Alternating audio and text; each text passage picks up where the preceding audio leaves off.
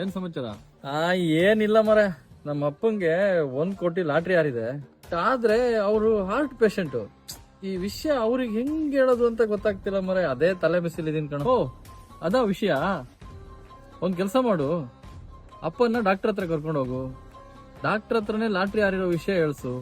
In case heart attack ಆಯ್ತು ಅಂತ ಹೇಳಿದ್ರೆ ಹೆಂಗು ಡಾಕ್ಟರ್ ಶಾಪ್ ಅಲ್ಲೇ ಇರ್ತಾರ, ಡಾಕ್ಟರ್ ನೋಡ್ಕೊಂತಾರ ಬಿಡು. ಎಂತ ಐಡಿಯಾ ಕೊಟ್ಟೆ ಗುರು. ತಡಿ, ನಾನು ಈಗಲೇ ಡಾಕ್ಟ್ರಿಗೆ ಫೋನ್ ಮಾಡ್ತೀನಿ. 1 ನಿಮಿಷ ತಡಿ. ಹಲೋ ಡಾಕ್ಟ್ರೆ, ನಾನು ಅದೇ ಏನಂದ್ರೆ ನಮ್ಮ ಅಪ್ಪಂಗ್ 1 ಕೋಟಿ ಲಾಟ್ರಿ ಹಾರಿದೆ ಮರ್ರೆ. ಥ್ಯಾಂಕ್ ಯು ಥ್ಯಾಂಕ್ಸ್ ಮಚ್ಚ. ಈಗಲೇ ಅಪ್ಪನ್ ಕರ್ಕೊಂಡು ಹಾಸ್ಪಿಟ್ಲಿಗೆ ಹೋಗಿ ಬರ್ತೀನಿ. ಬಾಯ್. ನಮಸ್ಕಾರ ಡಾಕ್ಟ್ರೆ. ನಮಸ್ಕಾರ. ನೋಡಿ ಯಜಮಾನ್ರೆ, ನಿಮ್ಮನ್ನ ಜನರಲ್ ಚೆಕಪ್ ಮಾಡೋಕಂತ ಹೇಳಿ ನಿಮ್ಮ ಮಗ ಇಲ್ಲಿ ಕಳ್ಸಿ ಕೊಟ್ಟಿದ್ದಾರೆ. ಹೆದರ್ಕೊಳ್ಳೋ ಅವಶ್ಯಕತೆ ಇಲ್ಲ. ಟೈಮ್ ಪಾಸಿಗೆ ಅಂತ ಕೇಳ್ತೀನಿ.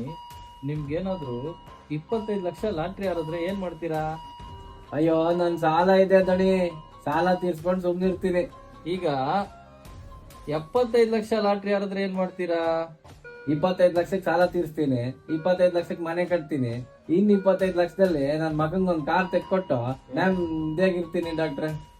ಈಗ 1 ಕೋಟಿ ಲಾಟ್ರಿ ಹಾರಿದ್ರೆ 1 ಕೋಟಿನ ಡಾಕ್ಟ್ರೆ, ಡಾಕ್ಟರ್ನ ದೇವ್ರು ಅಂತ ನಂಬೋರು ನಾವು. ನಿಮ್ ಬಾಯಲ್ಲಿ ಈ ಮಾತು ಬಂತು ಅಂದ್ರೆ ಬಂದಂಗೆ ಖುಷಿ. ಡಾಕ್ಟ್ರೆ, ನನಗೇನಾದ್ರೂ 1 ಕೋಟಿ ಲಾಟ್ರಿ ಬಂತು ಅಂದ್ರೆ 50 ಲಕ್ಷ ನಾನ್ ಇಟ್ಕೊಂಡು ನನ್ ಮನ್ದೇವ್ರ ಹಣೆ 50 ಲಕ್ಷ ನಿಮ್ಗೆ ಡಾಕ್ಟ್ರೆ, ನಿಮ್ಗೆ.